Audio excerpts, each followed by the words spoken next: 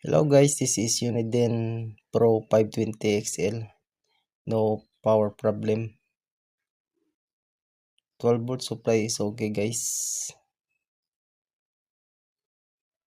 I check here in power on pin from switch, now 12 volts.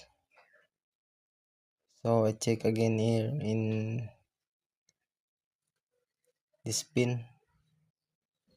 So I decide to replace guys the switch and old 5 pin potentiometer with switch. This guy open. I replace it guys.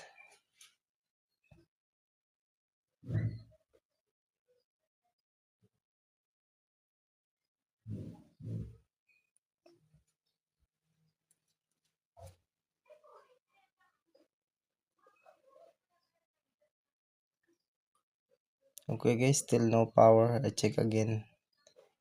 Okay, 12 volts is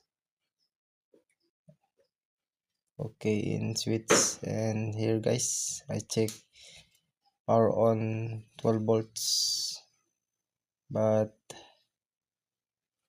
here in regulator 4.2 supply instead 8 volts supply. This is 7808 regulator guys. So I replace this regulator 7808 and check again guys. Power is okay now.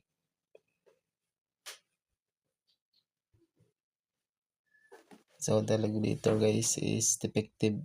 Here I have a measure 8 volt supply.